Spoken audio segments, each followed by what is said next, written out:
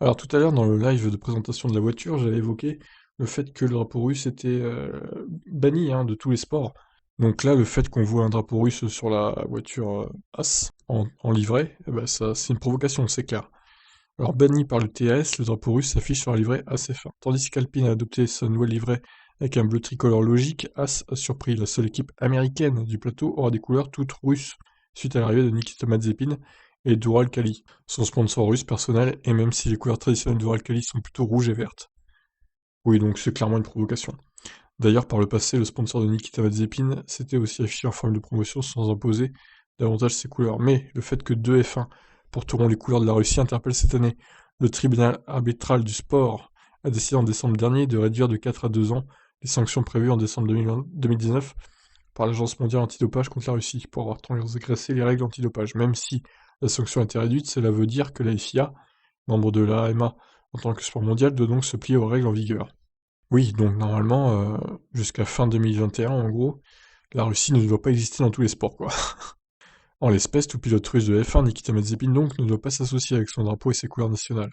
Il n'est pas non plus autorisé à revendiquer son drapeau national ou les symboles russes, comme le drapeau à deux aigles, sur son équipement. Enfin, Nikita Mazepin n'aura pas le droit d'utiliser des expressions russes ou Fédération automobile russe sur sa livrée ou dans son expression publique. C'est incroyable, quoi. C'est de la censure pure et simple. Les athlètes russes peuvent en revanche porter les couleurs du drapeau sur leur casque ou certaines couleurs sur la combinaison. Le drapeau ne pourra pas être représenté tel qu'il est, ni tel qu'il était dans les anciennes itérations. Théoriquement donc, la Haas aurait le droit de reprendre les couleurs du drapeau russe, sans les revendiquer. En effet, sur la livrée, les couleurs du drapeau russe ne sont pas arrangées dans un rectangle, ce qui semble valider les règles du TAS et de l'AMA. Cependant, le nouveau logo Uralkali ASF Intime inclut une petite bande du drapeau russe tricolore. Mais l'équipe américaine ne flirte-t-elle pas avec les limites?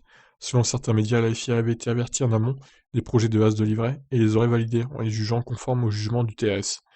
Gunther Steiner, le directeur d'équipe, s'est défendu d'avoir contourné le jugement du TAS. Nous n'avons rien contourné, nous avons déjà créé cette livret l'année dernière avant que tout cela ne sorte de l'AMA à propos du drapeau russe. Il est évident que nous ne pouvons pas utiliser le drapeau russe comme drapeau de la Russie, mais vous pouvez utiliser les couleurs sur la voiture. En fin de compte, c'est l'athlète qui ne peut pas arborer le drapeau russe et non l'équipe. L'équipe est une équipe américaine. Oui, enfin une équipe américaine avec un drapeau russe, ce qui est quand même assez ironique, vu comment les deux pays s'entendent pas, quoi.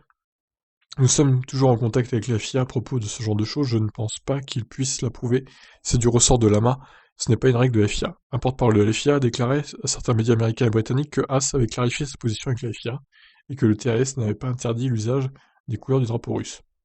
À noter que toutes ces restrictions s'étendront donc jusqu'à fin 2022, suivant la sanction du TAS, à moins que la FIA ou le TAS décide de rappeler à l'ordre Haas après avoir découvert de plus près sa livrée.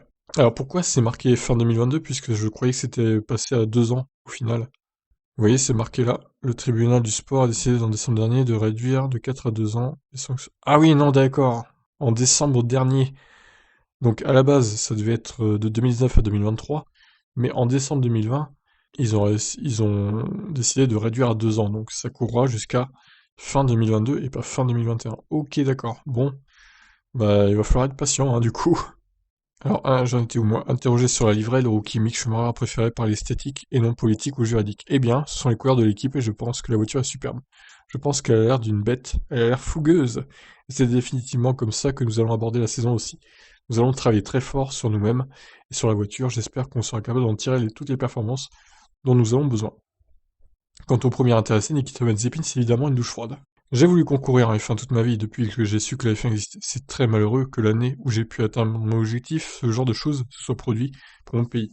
Ce n'est pas à moi de juger ou de décider de quelque manière que ce soit. Actuellement, je suis toujours dans une discussion sur la façon dont je serai considéré en tant qu'athlète. Il n'y a pas encore de décision. Ouais, du coup, dans le live, on se posait la question quel drapeau va arborer Nikita Mazepin. Bon, quel drapeau ils vont lui coller à côté de son nom de pilote? C'est la grande question que tout le monde se pose. Voilà pour ça, je vous laisse réagir. Qu'est-ce que vous en pensez du coup? Est-ce que As a joué avec les limites en mettant un drapeau russe du coup sur la voiture? Allez, ciao.